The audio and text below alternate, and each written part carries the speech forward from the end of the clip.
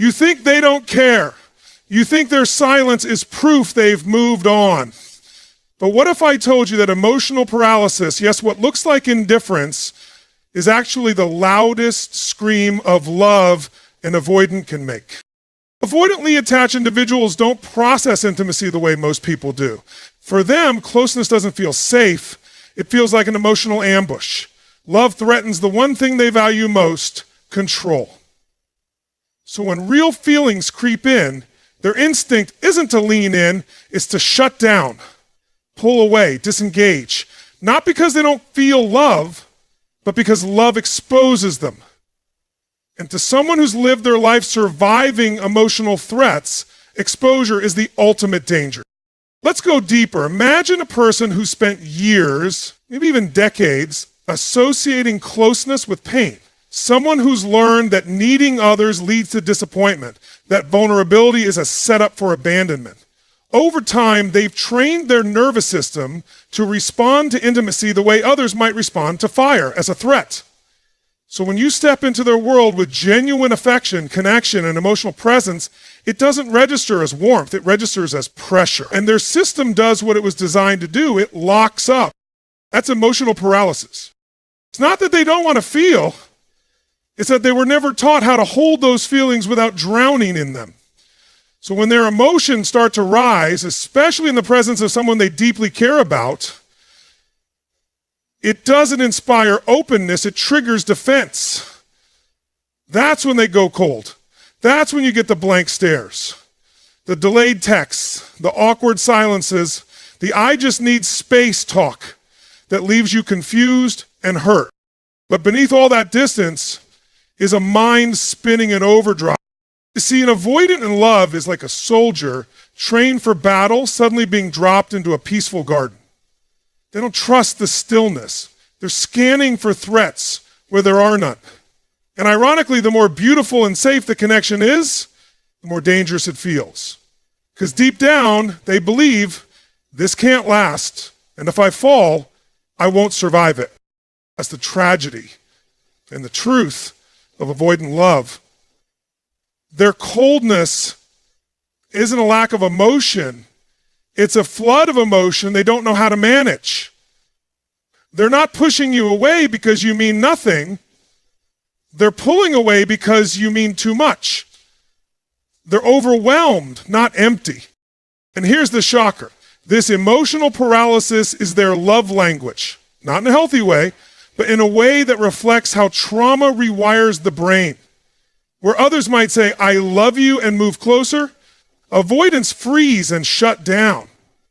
That shutdown is their nervous system's attempt to protect them from the vulnerability that love demands.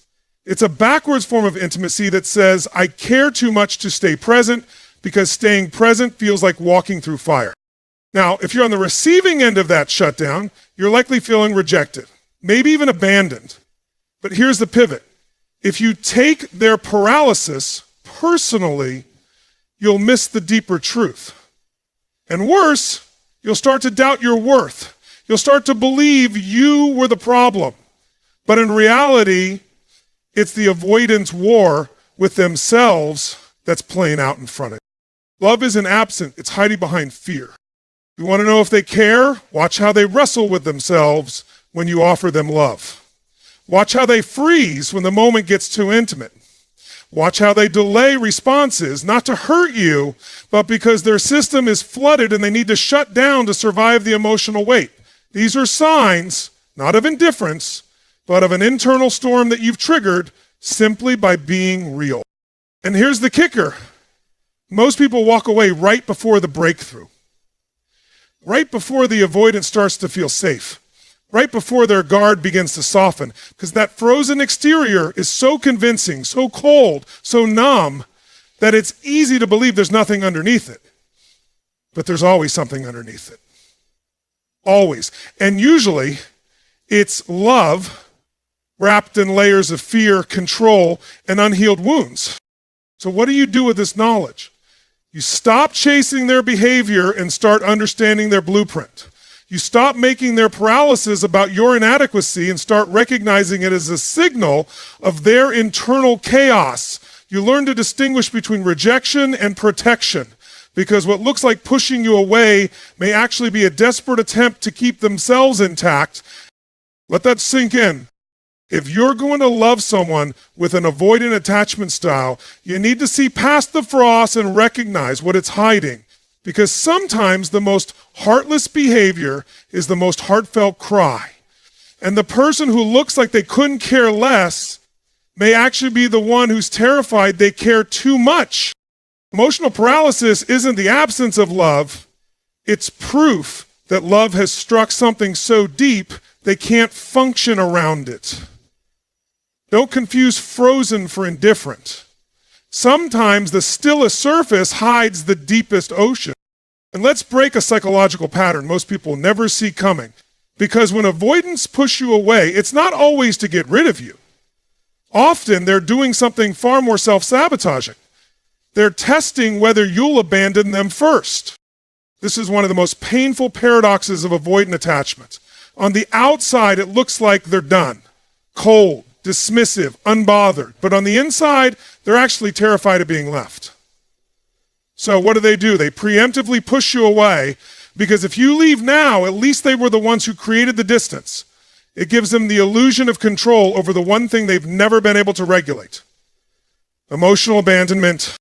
See, you've got to understand that avoidants don't just avoid closeness, they expect loss. From an early age, they internalize the belief that emotional safety isn't consistent, that closeness comes at a cost, that love always carries an expiration date. So when they start to fall for someone, their subconscious doesn't celebrate it. It activates defense mode. It starts to whisper, what if they leave? What if they change? What if I let my guard down and get crushed? Rather than sit with that fear, they act on it. But not in the way a secure person would. A securely attached individual might express vulnerability, ask for reassurance, or communicate fears directly. An avoidant doesn't have that internal software. So instead, they initiate distance. They criticize. They ghost. They withdraw. Not because they want to lose you, but because they're bracing for a loss they've already convinced themselves is inevitable. This is the twisted irony. By pushing you away, they're secretly hoping you'll prove them wrong. It's a form of emotional reverse engineering. If I act like I don't care, will you fight for me? If I create distance, will you still stay close? These are not conscious thoughts. They are deeply wired emotional defense mechanism, shaped by a lifetime of relational uncertainty. But here's where it gets even deeper. That push-pull behavior is more than fear. It's self-fulfilling prophecy. When avoidants test your love through rejection, most people eventually give up. And when that happens, the avoidant gets to say, see, I knew it, no one stays. They confirm their own narrative, even though they were the one who set the stage for it. And this is why so many people walk away from an avoidant feeling confused, broken, and wondering, did I ever matter to them? Let's tell you something. If you didn't matter, they wouldn't try to sabotage it. Avoidants only push away the people who get too close. They only distance themselves from the ones who crack through the surface. If you triggered their defense system, it means you got under their skin. You touched a part of them they've spent years hiding. That's not rejection, that's exposure. That's fear dressed in cold behavior. So what does this mean for you? It means you have to stop taking the distance personally. You have to understand that their behavior says more about their trauma than your worth. The challenge is not to decode their actions, it's to hold your ground in your own truth. You are not their fixer, you are not their therapist, but you are the mirror. And when someone who's avoidant sees themselves reflected through the eyes of real love, they often recoil, not because they don't want love, but because they don't believe they deserve it. Now, this doesn't mean you tolerate emotional abuse or chronic neglect. Boundaries still matter, silence still speaks, but if you're going to deal with an avoidant and not lose yourself in the process, you've got to separate your value from their behavior. Just because they test you doesn't mean you have to pass. Sometimes walking away with self-respect is more powerful than staying to prove a point. The bottom line is this: Avoidants test the people they love, not because they want to lose them, but because they're afraid love won't last unless it's proven under pressure. They push, hoping you'll pull. They distance, hoping you'll pursue. But the tragedy is, most people don't realize the game they're in until it's already over. So if you find yourself in this cycle, remember, you're not being pushed away because you're not enough. You're being pushed away because to them, closeness is a gamble and fear is the dealer. They're playing defense in a game of love they were never taught how to win. Sometimes the test isn't about your loyalty, it's about their fear. And the real question isn't whether you'll stay, it's whether they'll ever feel safe enough to stop running. Here's something that'll shock most people. While you're trying to make sense of their silence, avoidants are secretly watching you like their emotional survival depends on it. And it does. Because they don't just ghost and forget, they ghost and observe. Most assume that when an avoidant partner pulls away, they've checked out. They've moved on. They're done. But what you don't realize is that the avoidant mind doesn't detach from people.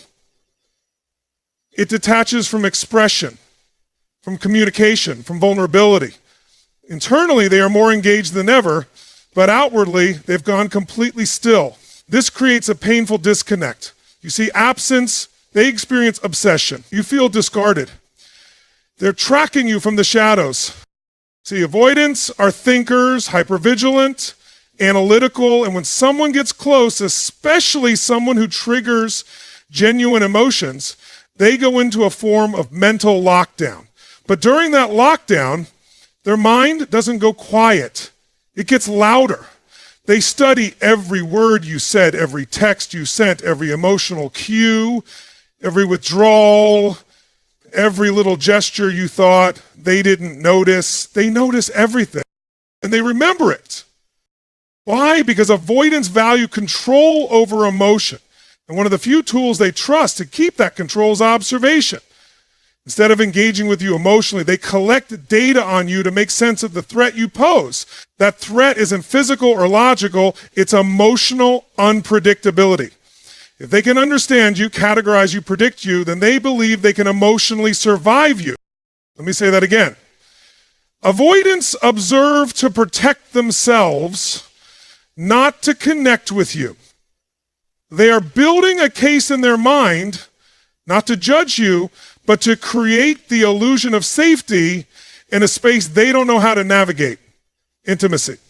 And the deeper the love they feel, the more intense this surveillance becomes.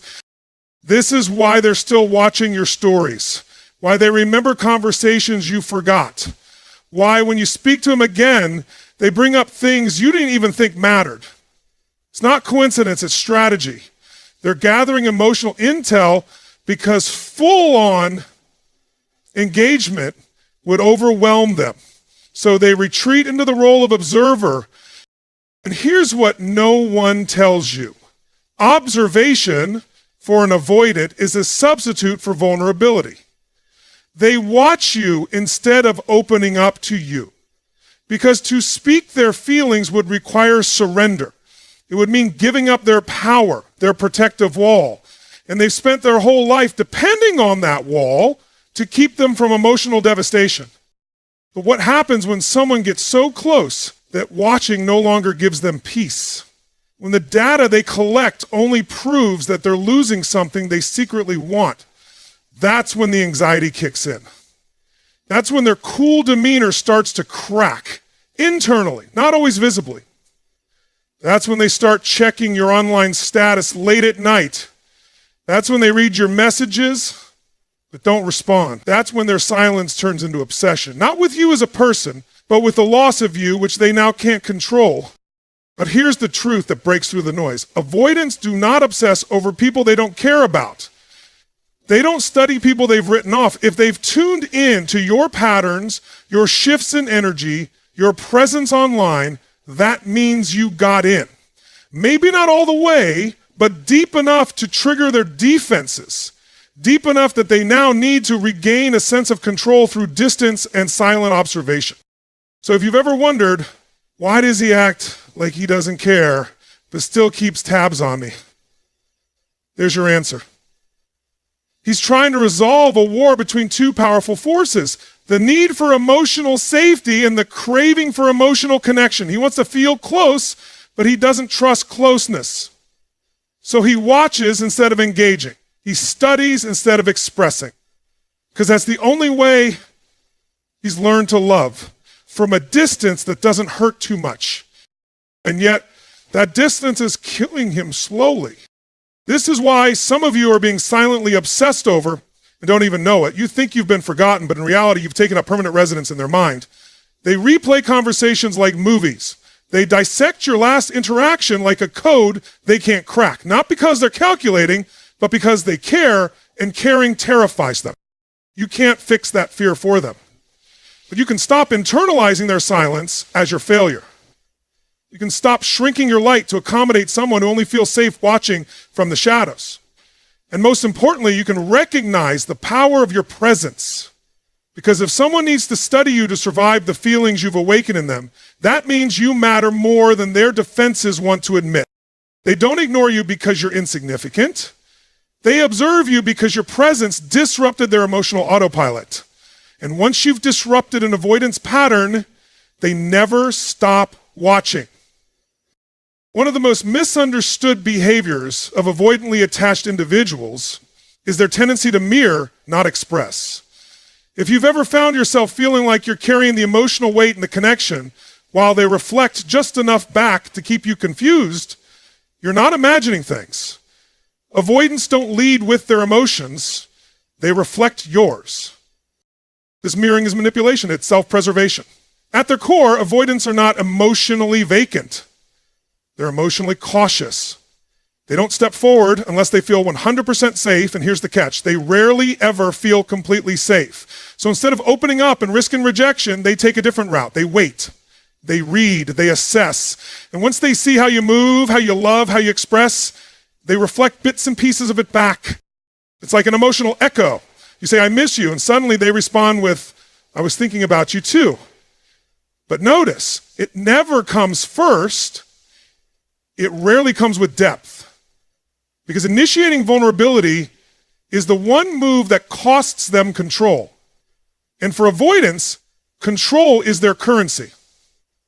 It's their armor. It's the last wall standing between them and what they fear most, emotional exposure. This is why so many people dealing with avoidance feel like they're in a one-sided relationship, even though there are signs of connection. Because those signs are reactive, not proactive. They're borrowed from your behavior. If you lean in, they respond. Sometimes subtly, sometimes slowly. If you lean out, they shut down altogether. It's not a game, it's a blueprint. They follow your emotional lead because creating their own scares them. Think about how many times you've questioned, why do they only open up when I do? Or why do I feel like I'm the only one driving this relationship? That's because you are the one driving it emotionally. Avoidants often latch on to strong emotional anchors, people who make it safe enough for them to follow along without having to step into full vulnerability themselves. But here's the deeper truth. When an avoidant starts to mirror you, it's actually a subtle sign they've formed a bond, because they don't mirror just anyone. They only reflect people who matter, people who make them feel something real. They mirror what they wish they could embody: comfort with emotion, trust in connection, ease with intimacy. And because they can't yet own those things within themselves, they borrow them from you. It's an unconscious attempt to belong in your emotional world without having to build their own. But this mirroring can become a trap for both of you. For the avoidant, it reinforces the idea that they can have love without risking vulnerability. And for you, it creates the illusion that you're being met emotionally, when in reality, you're only being echoed.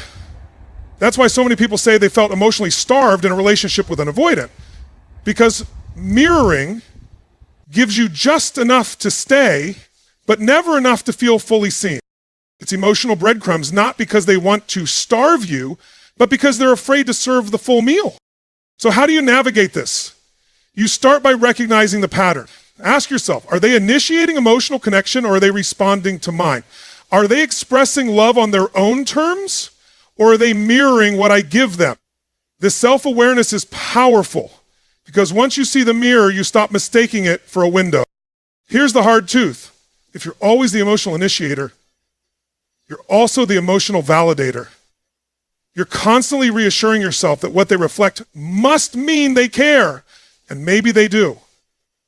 But care without courage isn't connection. It's proximity without presence. Now that doesn't mean they're incapable of love, far from it. Avoidants love deeply, but silently. And their silence isn't always a sign of indifference, it's often a sign of fear.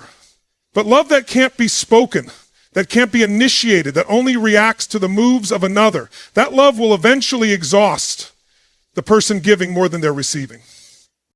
So the question becomes, can they ever move from mirroring to owning their emotions?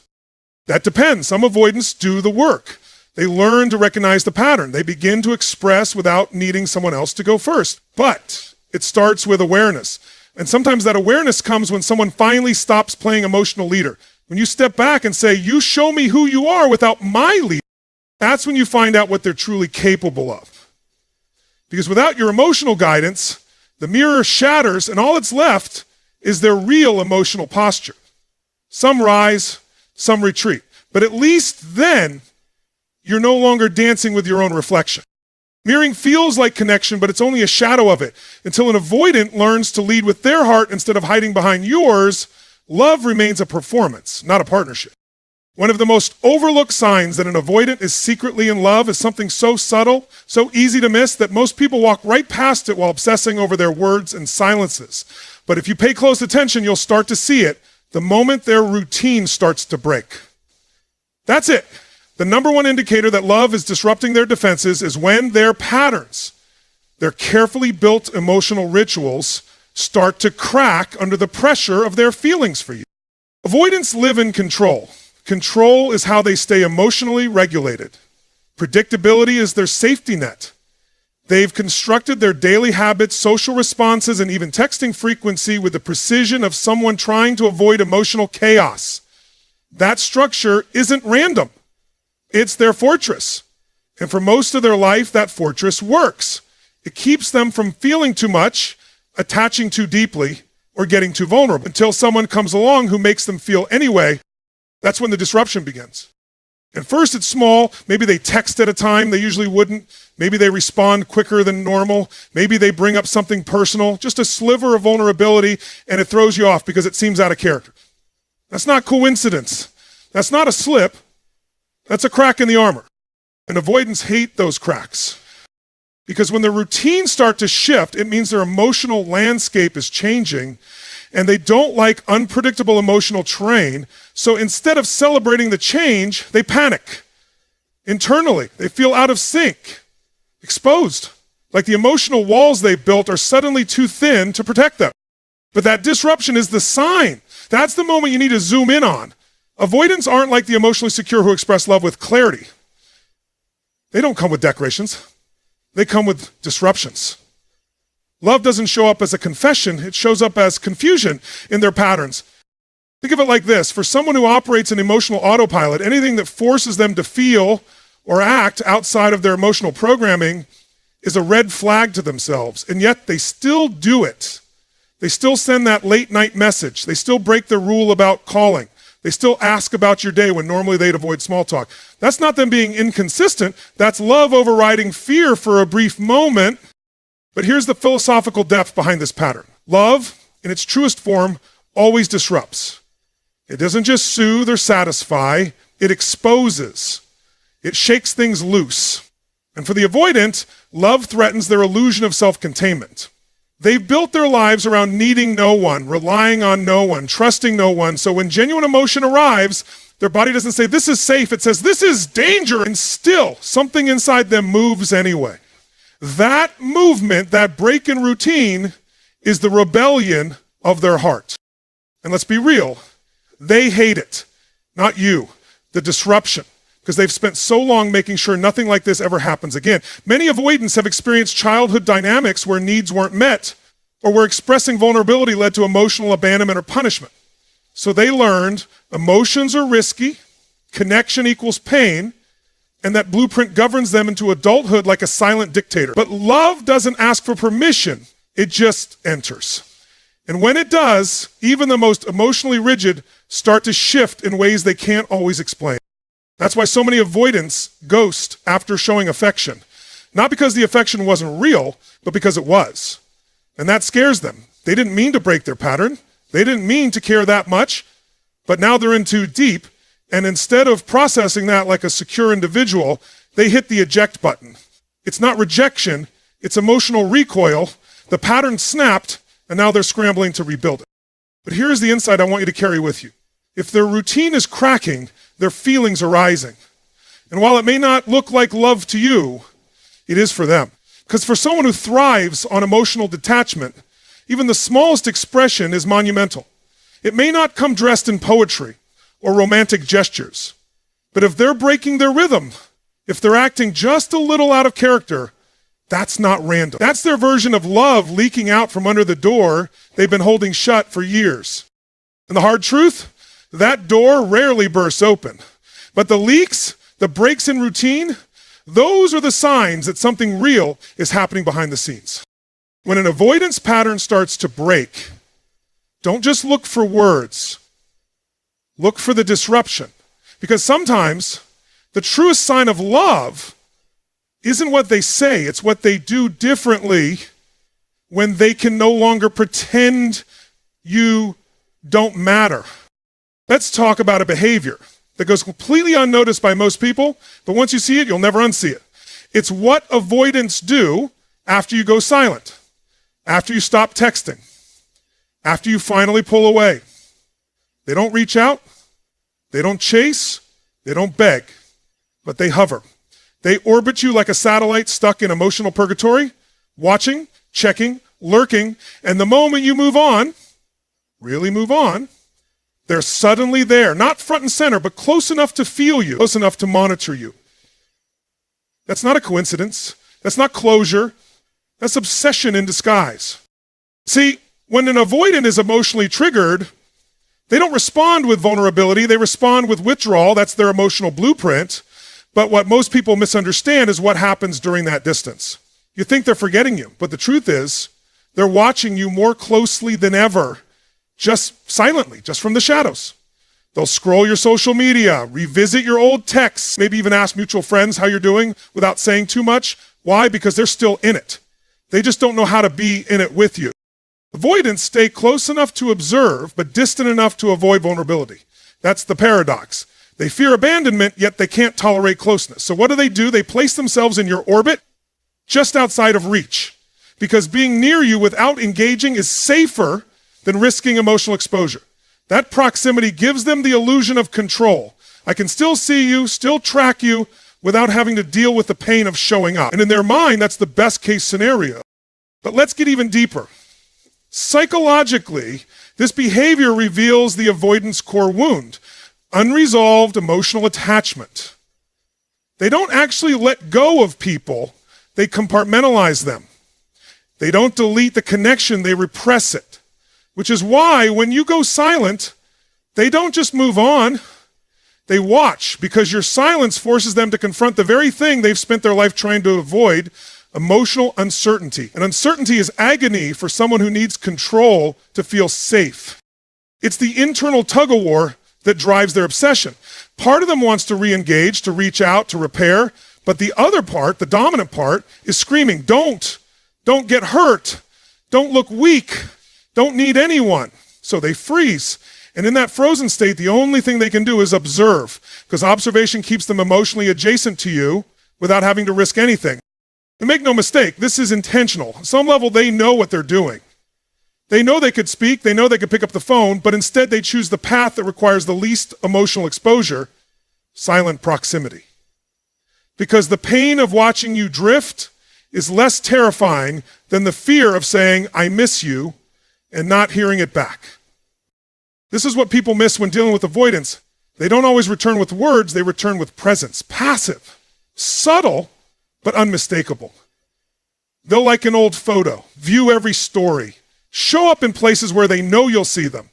They won't say, I love you, but they'll make sure you feel them just enough that you don't forget. That's how they maintain emotional relevance without engaging in emotional risk. Now, the danger here is this. Many people misread that behavior as hope, as a sign to hold on. But what you need to understand is that hovering isn't healing. Their presence is not the same as participation. It's not closeness, it's control. It's their way of staying tethered to a connection they don't feel capable of nurturing, but they're not ready to release either. And that brings us to the most empowering part of this insight. You don't have to respond to their orbit. You don't have to let their silent obsession dictate your forward motion. Just because they're still watching you doesn't mean they're ready to meet you. And just because they're nearby doesn't mean they've changed. If anything, it means they're stuck, frozen between their desire to connect and their fear of vulnerability. But you're not stuck. Their silence is not your responsibility. Their emotional paralysis is not your prison. And their orbiting presence is not proof of progress. It's proof of emotional captivity. They're bound by fear, by ego, by the belief that closeness equals danger. But you don't have to mirror that. You don't have to orbit around their silence, hoping they'll one day land. Because here's the truth that sets you free. If someone can't show up for you with presence, with intention, with vulnerability, then it doesn't matter how close they are physically, digitally, or emotionally. Proximity is not connection. Attention is not intimacy. And obsession is not love. If they stay close enough to watch you move on, but never close enough to hold you, that's not affection, it's avoidance. Let them watch.